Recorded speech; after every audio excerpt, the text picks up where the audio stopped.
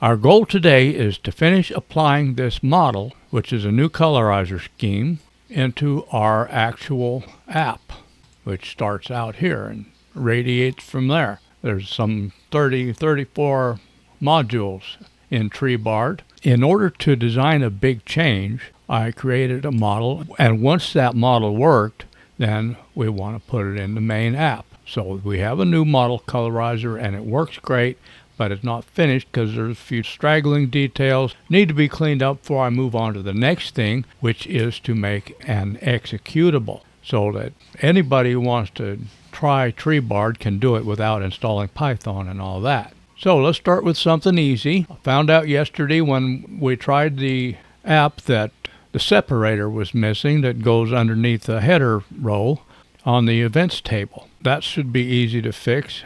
Didn't need a separator class. We just need to use a frame that's real skinny, a horizontal line that's like this, except it's a straight line. And this is what we used. If you go Control F and count, there's only one of them on this page. But if you look at anything else, this for example, there's two on the page because one is here and one is here. The class needs to be defined. The class was defined in the model, so let's go find it and put it in here. See, we've got frame highlighted and frame highlighted. That's not good. Going back to the old version, which was way back in April of last year. Nothing here but a height and a highlight for the background. Highlight color for the background. Okay, let's just call it separator. It's easy. I've got a lot of, frame highlighted 2, frame highlighted 3, frame highlighted 4, frame highlighted, etc., etc., etc. And I don't think any of them or an exact match. I don't want borders, and I do want to set height on it. You don't have to say self.config. You can say self.configure, or you can do it this way, which is how I usually do it now, but this is how I used to do it. I'm just trying to be consistent here, consistently inconsistent. And we'll be able to delete all this commented stuff because the config all function takes care of all this on load, so you don't need this on load. Might as well delete it, right? That's a lot of stuff. In fact, if you do this on load, then you've done it once, and then you run config all and you do it again on load. Let's change this to separator since we just changed the name of the class.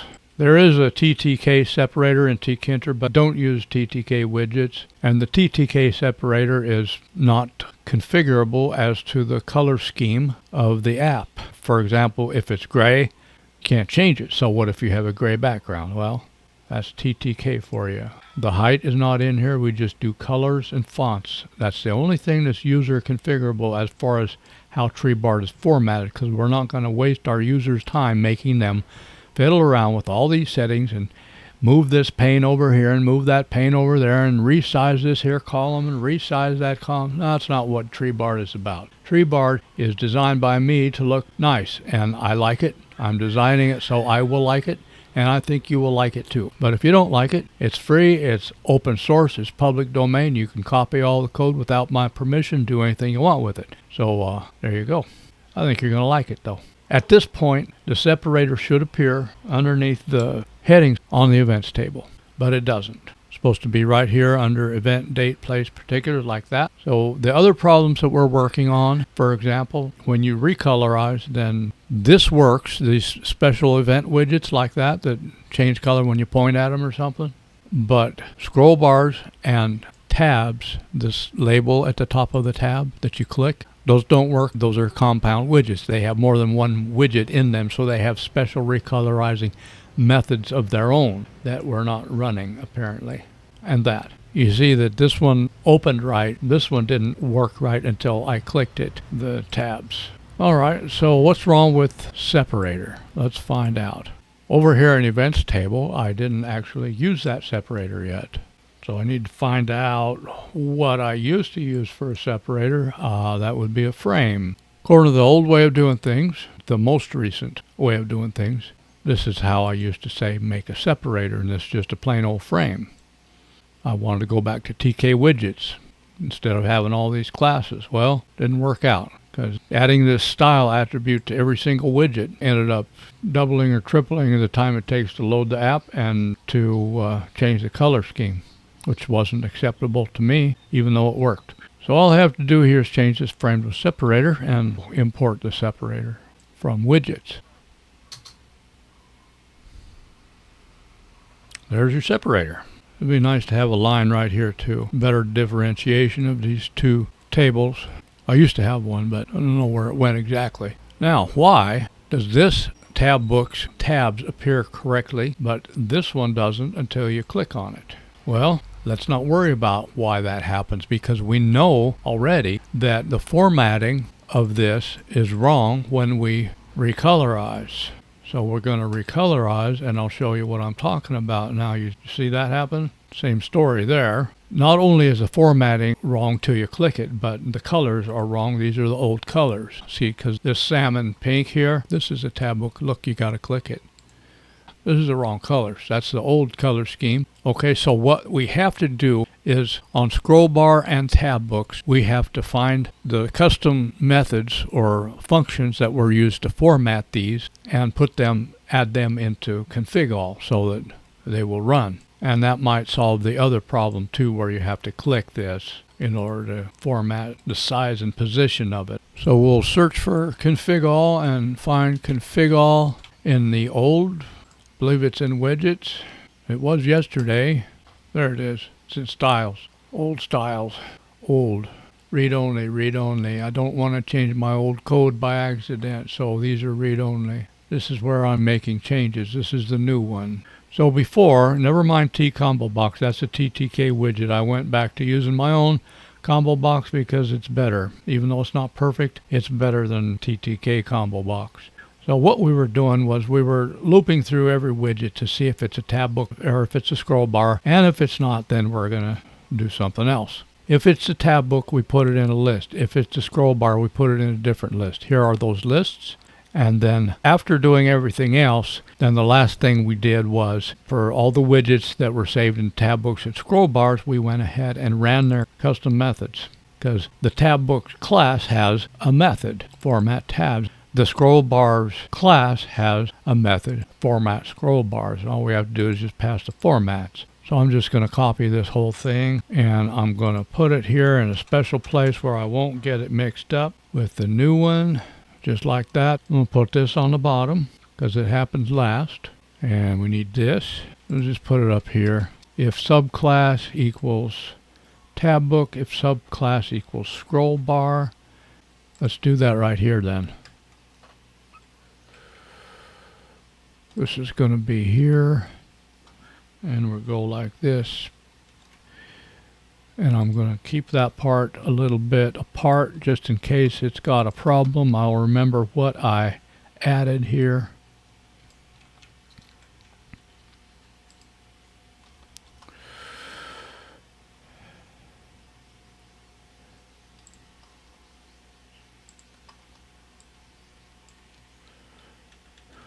Now, if subclass equals tab book, we're going to append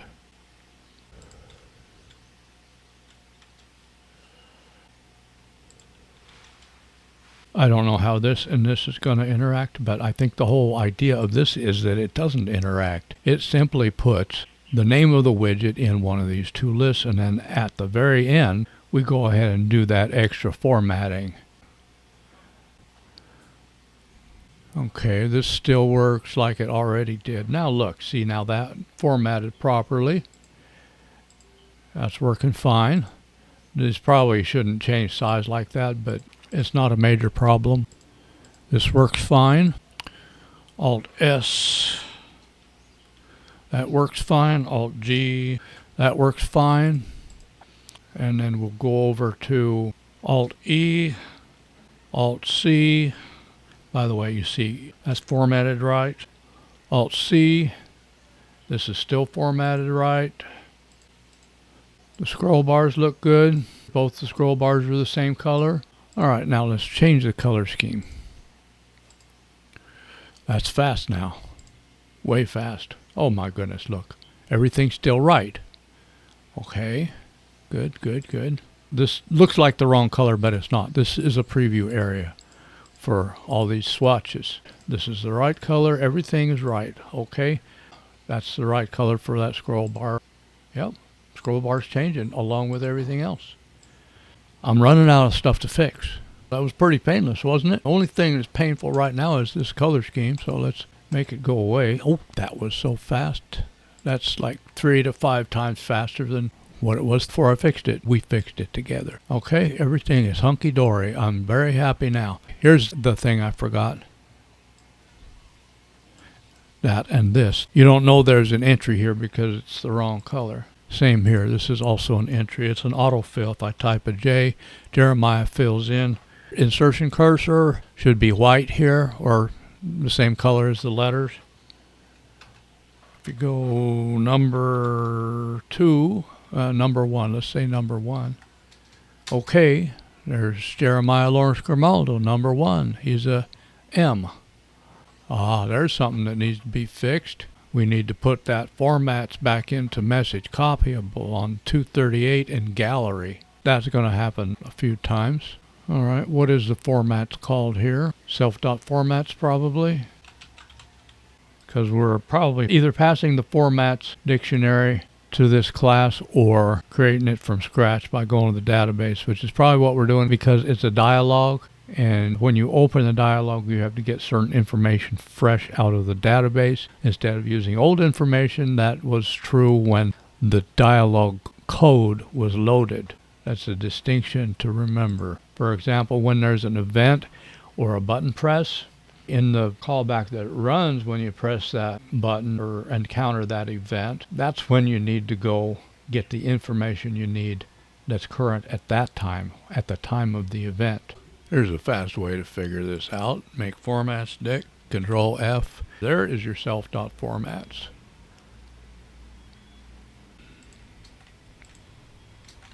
That'll fix that, but there may be other similar situations. Look at that.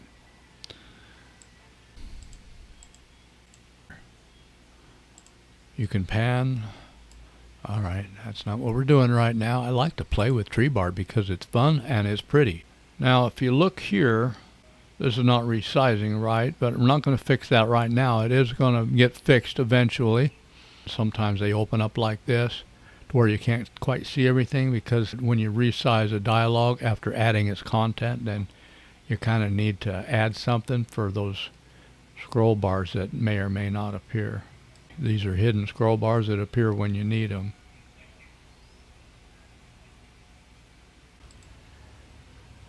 These entries, that one and this one.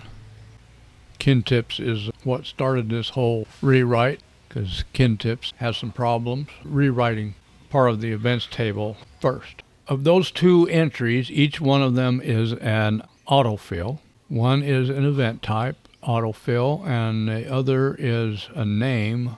There's entry and there's entry highlighted. Entry has a highlight BG, so you can see it. So in here, we're just going to say entry auto and entry auto event type. Oh my goodness, this is so fast now. That did not take care of the problem. It did for the entry auto event type. And it has the right color of cursor. So I was guessing wrong. That is not an entry auto. It would be not in the events table. That is in the current person area where you change current person, which would be in main. That's entry auto person. We'll be adding stuff to this for quite some time as they pop up. I'm not going to go in search of them right now, but I am going to go through all the modules, and wherever I find this word, I'm going to see there's 21 of them in this module. I'm going to delete every line like that, every single one.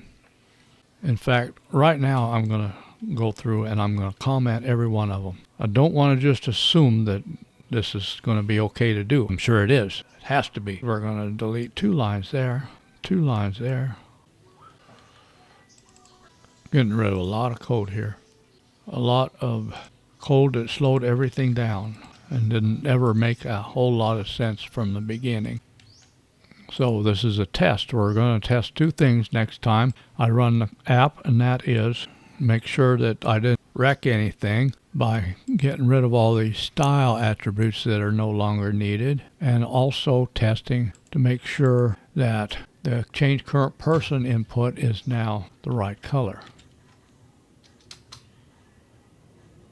Okay, loaded correctly, even though I just deleted about 25 lines that weren't needed, obviously.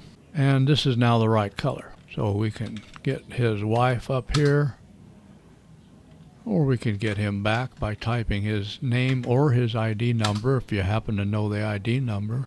There you go. You can control click Donald. You get the father-in-law. Doing good.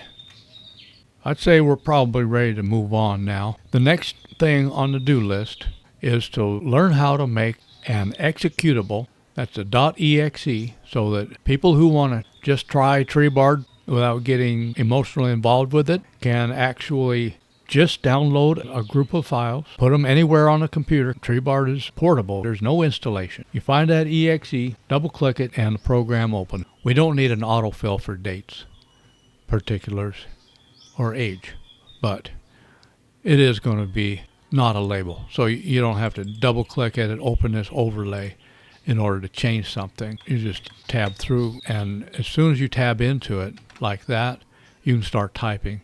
So that comes after the exe, and then we'll make a new exe after that to replace the first one. We'll do that next. See you soon.